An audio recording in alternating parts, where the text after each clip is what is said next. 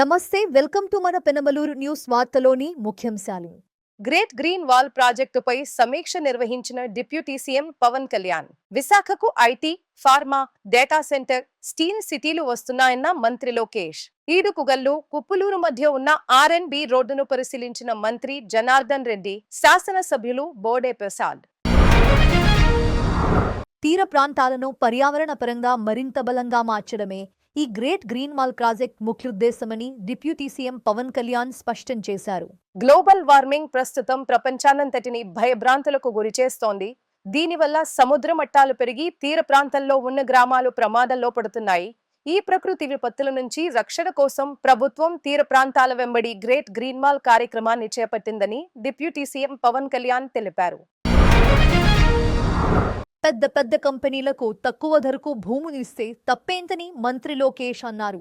సాక్షి పత్రిక ప్రచురించిన కథనంపై పరువు నష్టం దావా వేసిన కేసులో విశాఖ వెళ్లిన లోకేష్ మీడియాతో మాట్లాడారు. యువతకు ఉద్యోగ కల్పన తమ ధ్యేయమని స్పష్టం చేశారు. అమరావతికి చట్టబద్ధత ఉంది కాబట్టే గత ప్రభుత్వం రాజధానిని తరలించలేకపోయిందని లోకేష్ అన్నారు. మంత్రి కానివ్వండి, అంటే గౌరవ ముఖ్యమంత్రి గారు కానివ్వండి, గౌరవ ఉప ముఖ్యమంత్రి గారు కానివ్వండి, ప్రభుత్వం సంబంధించిన అంటే ఎన్డీఏ ప్రభుత్వానికి సంబంధించిన ఎవరన్నా స్టేట్మెంట్ ఇచ్చారా? పలానా భూమి 14,000 కోట్ల రూపాయలు కేంద్ర ప్రభుత్వం, రాష్ట్ర ప్రభుత్వం విశాఖ ఉక్కుని కాపాడేదానికి మేము ఇన్ఫ్యూజ్ చేశాం. ఈరోజు విశాఖ ఉక్కు థర్డ్ మన బాయిలర్ ఏదైతే ఉందో అది కూడా మేము యాక్టివేట్ చేశాము. ఫుల్ ప్రొడక్షన్ కి మేము తీసుకొచ్చాము. గతంలో కూడా ఇలాంటి పరిస్థితి వస్తే ఆనాడు వాజ్పేయి గారు, చంద్రబాబు నాయుడు గారు కలిసి విశాఖ ఉక్కుని కాపాడారు. ఈ రోజు మోడీ గారు, చంద్రబాబు నాయుడు గారు కలిసి మళ్ళీ విశాఖ ఉక్కుని కాపాడుతున్నారు. సో అపోహలు ఏం అవసరం లేదు. విశాఖ ఉక్కుని ప్రైవేటీకరణ జరగనీయం. కానీ విశాఖ ఉక్కు ప్రాఫిట్ లో నడవాలని మేము అందరం కోరుకుంటున్నాం. ఎందుకంటే పదే బెయిల్అవుట్లు ఇస్తాం కరెక్ట్ కాదు. ప్రాఫిట్ లో నడవాలి. దానికి అందరూ సహకరించాలి. విశాఖ ఉక్కుకి సంబంధించిన భూమి 1 ఎకరం ఒరిజినల్ ఇంటెన్షన్ కి ఇచ్చారో దానికే వాడుతాం తప్ప వేరే దానికి డైవర్ట్ చేయాలన్న ఆలోచన ఎన్డీఏ ప్రభుత్వానికి లేదు. సిపిఎం సోదరులకి స్క్రిప్ట్ ఎక్కడి నుంచి వచ్చిందో వాళ్ళే దానికి సమాధానం చెప్తే బాగుంటుంది.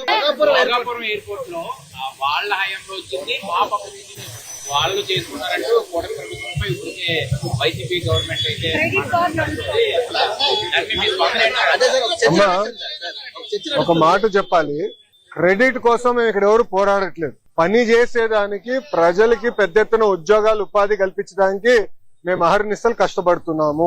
దయచేసి అది గుర్తుపెట్టుకోండి. ఇదే జగన్మోహన్ రెడ్డి గారు ఆనాడు ఏం చెప్పారు? ఎర్ర బస్సు రాని ఊరికి ఎయిర్పోర్ట్ అవసరమా అని చెప్పారా లేదా? వీడియో మీరు చూసారా లేదా? మళ్ళీ ఇప్పుడు ఆయన వచ్చి అన్ని మాటలు మాడితే ఎంతవరకు న్యాయం? నంబర్ 1. నంబర్ 2, ఆనాడు GMR కి సుమారుగా 2,600 ఎకరాలు కూటమి ప్రభుత్వం అందజేసింది. నన్ను అడిగితే అది ఇంకా తక్కువ. ఒక్క హైదరాబాద్ ఎయిర్పోర్ట్ కి 5,000 ఎకరాలు ఇచ్చాం.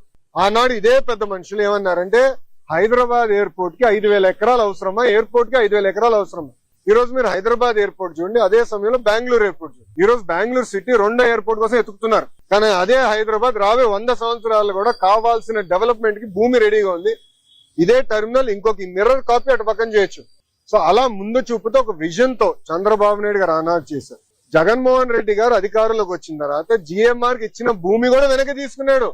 సుమారుగా 600 ఎకరాలు వెనక్కి తీసుకున్నారు. కూటమి ప్రభుత్వం తిరిగి వచ్చిన తర్వాత ఆ భూమి మళ్ళీ GMR కి తిరిగి ఇచ్చారు. ఎందుకు ఇచ్చారు మనం చెప్పాలి. కేవలం ఒక ఎయిర్పోర్ట్ లో ఫ్లైట్ ల్యాండ్ అవుతాము, ప్యాసింజర్స్ దిగుతాం, ప్యాసింజర్స్ ఎక్కి వెళ్ళిపోతాం కాదు. లార్జర్ ఎకో సిస్టమ్ అనేది చాలా అవసరం. లార్జర్ ఎకో సిస్టమ్ అంటే MRO engine maintenance, under body maintenance, paint shop, ఇవన్నీ ఎకో సిస్టమ్ ఏర్పాటు చేస్తేనే పెద్ద ఎత్తున మన పిల్లలకి ఉద్యోగాలు, ఉపాధి కల్పించగలుగుతాం. ఆ లక్ష్యంతో ఆ భూమి కూడా తిరిగి వాళ్ళకి ఇచ్చి MRO ఏర్పాటు చేస్తున్నాం. మొన్న నేను వచ్చాను, అశోక్ గజపతి రాజు గారి దయ వల్ల మానసాస్తో GMR ఒప్పందం చేసి ఒక వరల్డ్ క్లాస్ ఏవియేషన్ యూనివర్సిటీ కూడా కడుతున్నాం. సో ఒక ఎకో సిస్టమ్ మొత్తం ఏర్పాటు చేస్తున్నాం. భయా క్రెడిట్ కావాలంటే వాళ్ళు తీసుకోమనండి, నో ఇష్యూ. దాంతో పాటు PPL రద్దు చేసామని క్రెడిట్ తీసుకోమనండి. అమర్ రాజని ఆంధ్ర రాష్ట్రం తరిమేసామని క్రెడిట్ తీసుకోమనండి.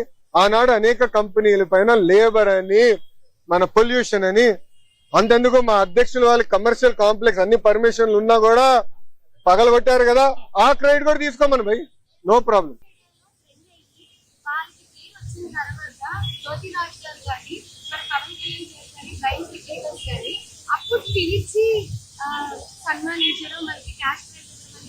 అవునమ్మా. అమ్మా అగ్రీ అమ్మా. ఇప్పుడు ఏంటంటే స్పోర్టింగ్ ఎకో సిస్టమ్ మొత్తం మనం క్రియేట్ చేయాల్సిన అవసరం ఉంది. అందుకే మీరు చూస్తే నేను ఇండియన్ ఉమెన్ క్రికెట్ టీమ్ ని మీరందరూ గుర్తించిన ముందర నేను కలిసిన వాళ్ళు. అప్పుడు మిథాలీ గారిని కలిసాం. మిథాలీ గారిని ఏకంగా ఒక అడ్వైజర్ గా ఆంధ్ర క్రికెట్ అసోసియేషన్ అడ్వైజర్ గా నియమించాం. సో మిథాలీ గారితో కూడా మేము ఏం మాట్లాడాలంటే షీ ప్లేస్ అని ఒక ప్రోగ్రామ్ రూపొందిద్దాం. అంటే మహిళలు పెద్ద ఎత్తున ఒక క్రికెట్ లో, ఇప్పుడు అదే విధంగా మన వెయిట్ లిఫ్టింగ్ లో కానివ్వండి, మన ట్రాక్ అండ్ ఫీల్డ్ లో కానివ్వండి, చెస్ లో కానివ్వండి, ఇట్లా పెద్ద ఎత్తున ఎట్లా ప్రోత్సహించాలి దాంట్లో ఒక పాలసీ ఫ్రేమ్వర్క్ మేము తీసుకొస్తున్నాం. But it is a continuous effort. There is no shortcut, there is no simple solution to it. దీంతో పాటు నేను మన ఆస్ట్రేలియాకి వెళ్ళాను. అక్కడ గ్రిఫిట్ అని ఒక యూనివర్సిటీ ఉందమ్మా. They are known for sports. They are one of the best in the world. వాళ్ళతో కూడా మాట్లాడి ఇక్కడున్న యూనివర్సిటీస్ తో టైఅప్ చేసి మొత్తం ఎకో సిస్టమ్ ఏర్పాటు చేయాలి. It has to do with nutrition, physical recovery, eco system మొత్తం ఏర్పాటు చేయాల్సిన అవసరం ఉంది. ఐ అగ్రీ, మనం చేస్తుంది సరిపోదు. 100% మనం చేస్తుంది నాట్ మోర్ దెన్ 10-12%. కానీ కూటమి ప్రభుత్వం కనీసం గుర్తిస్తుంది. శ్రీచరణిని గుర్తించింది, బ్లైండ్ క్రికెటర్స్ ని గౌరవ ఉప ముఖ్యమంత్రి గారు గుర్తించారు. ఇట్లా నేను కొంతమంది గుర్తిస్తున్నా. చేసి వాళ్ళు కూర్చోబెట్టి వాళ్ళ గతంలో పడిన కష్టాలు ఏంటి, అది వేరేకి అంటే వేరే పిల్లలు ఇబ్బంది పడకుండా ఎట్లా చేయాలి, ఎకో సిస్టమ్ ఎట్లా ఏర్పాటు చేయాలి వాళ్ళు కనుక్కుని we're trying to create an ecosystem. అది ఓవర్ నైట్ అవుతా అవుతుంది. It requires a lot of effort. Sir మీరు కంప్లైంట్ తీసుకొస్తున్నారు, కానీ 99 పైసలకే భూమి ఇవ్వడం అనేది తప్పేంటి ఒక ప్రశ్న వస్తుంది సార్. తప్పేంటి సార్? నేను ఇస్తాను. ఫార్చ్యూన్ 500 కంపెనీస్ అందరికి నేను 99 పైసల్లోనే గజాని కాదు ఎకరంగా మొత్తం భూమి ఇస్తా. తప్పేంటి? ఎందుకంటే మేము ఉద్యోగాలు కల్పించడానుకున్నాం. ఇక్కడ వాళ్ళ 5 సంవత్సరాల్లో చేయలేంది మేము 18 నెలలు చేసాం. ఈరోజు కాగ్నిసెంట్ ఎందుకు వచ్చిందండి? టీసీఎస్ ఎందుకు వచ్చింది? గూగుల్ ఎందుకు వచ్చింది? ఇన్సెంటివ్స్ తో పాటు భూమి కూడా తక్కువ ధరతో మేము అందిస్తున్నాం. అందుకే వాళ్ళు కూడా పరిగెత్తుకుంటూ వస్తున్నారు. ఈ రోజు భారతదేశంలో అన్ని రాష్ట్రాలతో పోల్చితే ఇన్వెస్ట్మెంట్స్ లో ఆంధ్ర రాష్ట్రం నంబర్ 1, 25% వచ్చింది.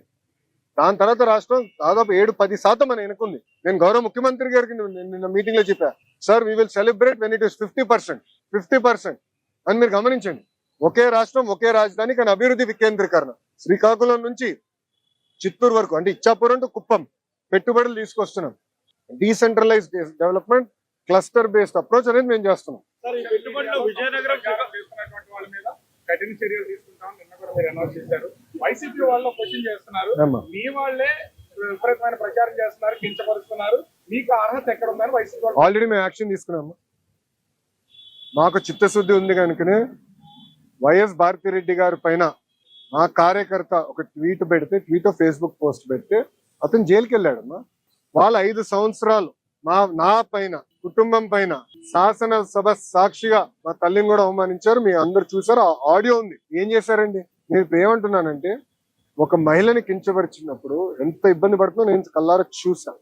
ఇది ఇంకో మహిళకు జరగకూడదు, పిల్లలకి జరగకూడదు. వాళ్ళని ప్రొటెక్ట్ చేయాల్సిన అవసరం ప్రభుత్వం పైన చాలా ఉంది. ఇప్పుడు ఒక ఉదాహరణ ఇస్తే, సోషల్ మీడియాలో ఏజ్ అప్రాప్రియేట్ కంటెంట్ అనేది ఉంటుంది. జనరల్ గా సోషల్ మీడియా ప్లాట్ఫామ్ కి ఎవరన్నా రావాలంటే ఒక ఏజ్ తర్వాతనే ఆ ప్లాట్ఫామ్ లో ఇన్వెస్ట్ అవ్వాలి. Rules, terms and conditions clear గా ఉంది. కానీ ఇది పాటించట్లేదు. ఇది మేము డిస్కస్ చేస్తున్నాం. కొన్ని దేశాలు, ఆస్ట్రేలియా లాంటి దేశం ఏం చేసిందంటే మినిమం 16 years ఉండాలని ఇప్పుడు రూల్ తీసుకొచ్చారు. అప్పుడు ఏంటంటే ఏజ్ అప్రాప్రియేట్ ఉంటుంది. పిల్లలకి మెచ్యూరిటీ వచ్చిన తర్వాత సోషల్ మీడియా అంటే అర్థం చేసుకుని హ్యాండిల్ చేసే కెపాసిటీ ఉంటుంది అనేది ఇవన్నీ మేము డిస్కస్ చేసాం. Group of ministers 100%. So greater discussion జరగాలి. మేము ఇతర దేశాల్లో ఏం చేస్తున్నారని కూడా మేము స్టడీ చేస్తున్నాం. మాకు కొంత అవగాహన వచ్చిన తర్వాత గౌరవ ముఖ్యమంత్రి గారితో కూడా మేము చర్చించి ఒక రిపోర్ట్ పబ్లిక్ డొమైన్ లో పెడతాం. ప్రజల దగ్గర నుంచి అభిప్రాయ సేకరణ కూడా తీసుకున్న తర్వాత then we will implement. Telangana జల వివాదం మీద ఏం సార్ చాలా కాంట్రవర్సీ నడుస్తుంది. తెలంగాణలో జల వివాదానికి సంబంధించి అటు తెలంగాణ మంత్రులు సీఎంఏ మాట్లాడతారు, ఇక్కడ వైసీపీ వాళ్ళు మాట్లాడతారు, మీ జలవనరుల శాఖ మంత్రి మాట్లాడతారు. అసలు ఏం చెప్తారు ఈ వివాదం? రాజకీయ లబ్ధి పొందేదానికి కొంతమంది దీన్ని వివాదం చేస్తున్నారు. 2020లో అంటే అప్పుడు ఎవరు ఇక్కడ అధికారంలో ఉంది? వైకాపా ప్రభుత్వం, జగన్మోహన్ రెడ్డి అనే వ్యక్తి ముఖ్యమంత్రి. అప్పుడే స్టే వచ్చింది ప్రాజెక్ట్ మీద. అది తీసుకొచ్చి ఇప్పుడు వచ్చినట్టు చెప్తున్నారు ఎవరు? వైకాపా నాయకులు. నేను ఒకటే చెప్తున్నా, మనం ఇప్పుడు చేయబోయే ప్రాజెక్టులని ఆంధ్ర రాష్ట్ర భూభాగంలో చేస్తాం. అంటే గోదావరి జలాలు తెలంగాణ భూభాగం దాటి ఆంధ్రాకు వచ్చిన తర్వాత ఆ నీరుని లిఫ్ట్ చేసి రాయలసీమకి తరలిస్తున్నాం. That is the vision. అంతేగాని తెలంగాణ ప్రాజెక్ట్ చిల్లు ఎవడు పెట్టట్లే కదా భయ్. Common sense. నేను ఇప్పుడు ఏమన్నానంటే, మీరు చూస్తారు వరదలు వచ్చినప్పుడు వేలాది టీఎంసీ సముద్రంలోకి వెళ్తుంది. ఎందుకు పంపించాలంటున్నా? ఒక టీఎంసీ కోసం రాష్ట్రాల మధ్యన యుద్ధాలు జరిగినాయి. ఒక 10 టీఎంసీల కోసం దేశాల మధ్యన, ఆఫ్రికాలో దేశాల మధ్యన యుద్ధాలు జరుగుతున్నాయి. అలాంటిది వేల టీఎంసీలు సముద్రంలోకి వెళ్తుంది. ఆ టీఎంసీలు ఆ నీరుని కాపాడుకుని ఆ నీరుని లిఫ్ట్ చేసి మన ఆంధ్ర రాష్ట్రానికి, రాయలసీమ ప్రాంతానికి తీసుకెళ్లాలని మా ఆలోచన. ఆ ఇరిగేషన్ అంతా నెట్వర్క్ చేయగలిగితే రాబోయే రోజు ఇతర రాష్ట్రాలు కూడా ఇవ్వగలుగుతాం. అదే నీరు తీసుకెళ్తే తెలుగు గంగా ద్వారా తమిళనాడు కూడా ఇవ్వగలుగుతాం. ఇది కేవలం మనకే కాదు, దక్షిణ భారతదేశానికి పనికొస్తుంది. ఇప్పుడు గతంలో కూడా ఇదే జగన్మోహన్ రెడ్డి పట్టిసీమ దండగా అన్నాడు. దయచేసి అందరూ ఒకసారి రిఫ్రెష్ చేసుకోండి మెమరీ. శాసనసభ సాక్షిగా పట్టిసీమ దండగా అన్నాడు. అదే వ్యక్తి పట్టిసీమ 5 సంవత్సరాలు ఆపరేట్ చేశాడు. It is a beautiful project. Godavari, Polavaram వచ్చే వరకు గోదావరి జలాలు తీసుకుని కృష్ణా డెల్టాలు వేసి మనకి కృష్ణా జలాల్ని రాయలసీమకి తరలిచ్చాం. దానివల్ల గతంలో ఒక్క టీఎంసీ కోసం కొట్టుకునేవారండి. అందరు గుర్తుందా లేదా? అంతే యంగ్స్టర్స్ ఇక్కడ. అప్పుడు గొడవలు జరిగేది. ఇది ఒక్క టీఎంసీ కోసం రాజకీయ నాయకులు వెళ్ళి గొడవలు పెట్టి బలవంతంగా గేట్లు లిఫ్ట్ చేసి నీళ్లు తీసుకెళ్లిన రోజు ఈరోజు అలాంటి వివాదాలు లేవు. ఎందుకంటే విజన్ తో మేము డిజైన్ చేసాం. సిమిలర్ ఈ ప్రాజెక్ట్ కూడా అదే విజన్ తో చేస్తాం. పెనమలూరు నియోజకవర్గంలో శాసనసభ్యులు బోడె ప్రసాద్ ఆధ్వర్యంలో రోడ్ల అభివృద్ధి పనులు శరవేగంగా జరుగుతున్నాయని ఆర్ఎన్బి శాఖ మంత్రి బి జనార్దన్ రెడ్డి అన్నారు. పెనమలూరు నియోజకవర్గం కంకిపాడు మండలంలోని ఉప్పులూరు, ఈడుపుగల్లు మధ్య నిర్మించే ఆర్ఎన్బి రహదారి పనులను పరిశీలించిన మంత్రి బి జనార్దన్ రెడ్డి ఈ సందర్భంగా మాట్లాడుతూ నియోజకవర్గంలో శాసనసభ్యులు బోడె ప్రసాద్ ఆధ్వర్యంలో రోడ్డు అభివృద్ధి పనులు శరవేగంగా జరుగుతున్నాయన్నారు. కృష్ణా జిల్లాలో పెనమలూరు నియోజకవర్గం అత్యధికంగా 60 కోట్ల నిధులు కేటాయించామని తెలిపారు. ఎమ్మెల్యే సొంత నిధులు, దాతల సహకారంతో నియోజకవర్గంలో అభివృద్ధి పనులు చేయడం అభినందనీయమన్నారు. సోదరుడు బోడె ప్రసాద్ గారి ఆధ్వర్యంలో పరిశీలన ఈ యొక్క మొత్తం దారిలో వచ్చేసి 140 కిలోమీటర్లు ఉంది ఈ యొక్క నియోజకవర్గము. ఇప్పుడు మంజూరైనటువంటి కూడా మొత్తం అయినటువంటివి ఏవైతే ఉన్నాయో వాటన్నిటిని కూడా జరుగుతున్నటువంటి అభివృద్ధి కార్యక్రమాలన్నీ కూడా పరిశీలించాము. నియోజకవర్గాల్లో ఇప్పుడు దాదాపుగా పెనమలూరు నియోజకవర్గానికి 60 కోట్ల రూపాయల విద్యుత్ కనెక్షన్ చేయడం జరిగింది. రహదారులకు మాత్రం 18,60 లక్షలు ఇవ్వడం జరిగింది. రెన్యువల్స్ కానీ తర్వాత వైనరీ కానీ ఇవన్నీ కూడా. అదేవిధంగా ఇంకా కొన్ని చేయవలసిన పనులు కూడా ఉన్నాయి. ఏది ఏమైనా కూటమి ప్రభుత్వం వచ్చిన తర్వాత ఈ యొక్క అభివృద్ధి చేయాలి. గత పాలకులు చేసిన పాపాల వల్ల దారులన్నీ కూడా నడవలేనటువంటి పరిస్థితుల్లో వెహికల్ మూవ్మెంట్ లేకుండా పోతా ఉంటాయి. ఈ యొక్క జిల్లాకు కూడా దాదాపుగా 200 కోట్లకు పైన ఇవ్వడం జరిగింది. గత 5 సంవత్సరాల నుంచి జరిగిన రోడ్డు కూడా రెన్యువల్ చేయకపోవడం వల్ల దాదాపుగా 27,000 కిలోమీటర్లు రహదారులు కూడా నడవలేని పరిస్థితులు ఉన్నప్పుడు కూటమి ప్రభుత్వం వచ్చిన తర్వాత గౌరవ ముఖ్యమంత్రి గారి ఆధ్వర్యంలో అదేవిధంగా రోడ్లన్నింటినీ కూడా ఈ యొక్క మిషన్ పార్ట్ హోల్స్ కింద 1,060 కోట్ల రూపాయలు పెట్టి రెన్యువల్ చేయడం జరిగింది. రాష్ట్ర చరిత్రలో మొట్టమొదటిసారి మళ్ళీ 3,000 కోట్ల రూపాయలు ఇప్పుడు టెండర్లు పిలవడం జరిగింది. ఈ రెన్యువల్ ఏవైతే రహదారులన్నీ కూడా నిర్వీవం అయిపోయినటువంటి దానిలకు ఆ కేటగిరీలోకి తీసుకుని వాటన్నిటిని కూడా రెన్యువల్ చేస్తూ ఉన్నాం. ఇప్పటికే చాలా చోట్ల కూడా కొన్ని పనులు జరుగుతూ ఉన్నాయి. ఏది ఎక్కడైనా కానీ కూడా మార్చి ఏప్రిల్ ఆఖరికి రోడ్లన్నీ కూడా కంప్లీట్ చేయమని చెప్పి గౌరవ ముఖ్యమంత్రి గారు చెప్పడం, ఈరోజు మేము అన్ని చోట్ల కూడా తిరుగుతూ ఉన్నాం. పనులన్నీ ఏ విధంగా జరుగుతాయి, శరవేగంగా జరుగుతూ ఉన్నాయి. మొన్న కొద్ది రోజులు వర్షాకాలం రావడంతో కొన్ని పనులు చేయలేకపోయినాం. ఏది ఏమైనా కానీ కూడా మార్చి ఏప్రిల్ ఆఖరికి రాష్ట్రంలో గుర్తులు లేని రాష్ట్రంలో చేయాలని చెప్పి గౌరవ ముఖ్యమంత్రి గారు చెప్పారు. ఇంకా కొన్ని పనులు కూడా గౌరవ శాసనసభ్యులు గారు అడిగారు. వాటిని కూడా పరిశీలించి రేపు వచ్చే బడ్జెట్ సమావేశాలు అయిపోయిన తర్వాత కొత్త బడ్జెట్ పెట్టినాక ఆ బడ్జెట్లో కూడా కొన్ని ట్యాక్స్లు చేసి ఈ పెనమలూరు నియోజకవర్గంలో ఇది ఒక్కటే కాకుండా ఇలా గొప్పగా ఏమంటే శాసనసభ్యుడు సోదరుడు ఏదైతే కొంతమందిని వారి దగ్గర కూడా స్వతంత్రం కావచ్చు, కొన్ని మున్సిపాలిటీ కావచ్చు, దాతల సహాయ సహకారాలతో ఆ దాతల సహాయ సహకారాలతో కూడా దాదాపుగా 12 కోట్ల రూపాయలు వర్కులు చేసినట్టు కూడా చెప్పారు. వారికి అభినందనలు, శుభాభినందనలు. ప్రజలందరినీ కూడా కోరుతా ఉన్నాం. ఆర్థికంగా రాష్ట్రం ఎన్ని ఇబ్బందులు ఉండే కానీ కూడా మేము పనులు చేస్తూ ఉన్నాం. తమ వంతు సహాయం కూడా ఏదైనా ఇబ్బందులు ఉండగా చేయమని చెప్పి విజ్ఞప్తి చేస్తా ఉన్నాం.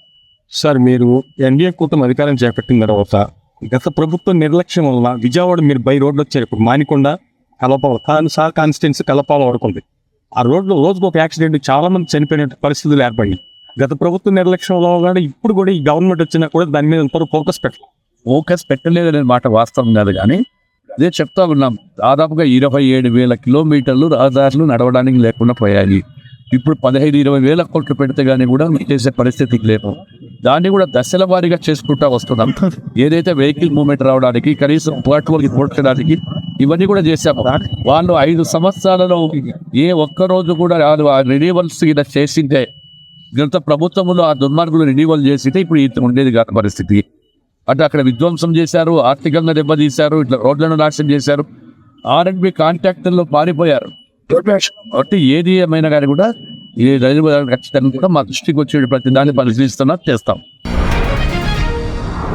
రాష్ట్రంలోనే పెనమలూరు నియోజకవర్గానికి అత్యధిక నిధులు కేటాయించారని విలేకరుల సమావేశంలో ఎమ్మెల్యే బోడ ప్రసాద్ అన్నారు. పెనమలూరు నియోజకవర్గం తాడిగెరప మున్సిపాలిటీ పోరన్కి తెలుగుదేశం పార్టీ కార్యాలయంలో ఎమ్మెల్యే బోడ ప్రసాద్ విలేకరులతో సమావేశం నిర్వహించారు.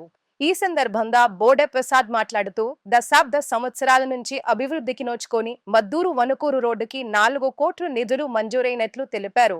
ఈ కార్యక్రమంలో ఉయ్యూరు మార్కెట్ యార్డ్ చైర్మన్ కొండా ప్రవీణ్, అగ్నికుల క్షత్రియ కార్పొరేషన్ డైరెక్టర్ పీత గోపి తదితరులు పాల్గొన్నారు. పెనమలూరు నియోజకవర్గంలో ఈ ఒక్క సంవత్సరన్నర కాలంలో ఈ రాష్ట్రంలోనే అత్యధికంగా 60 కోట్ల రూపాయలు నిధులు కేటాయించింది ఒక్క పెనమలూరు నియోజకవర్గం మాత్రమే.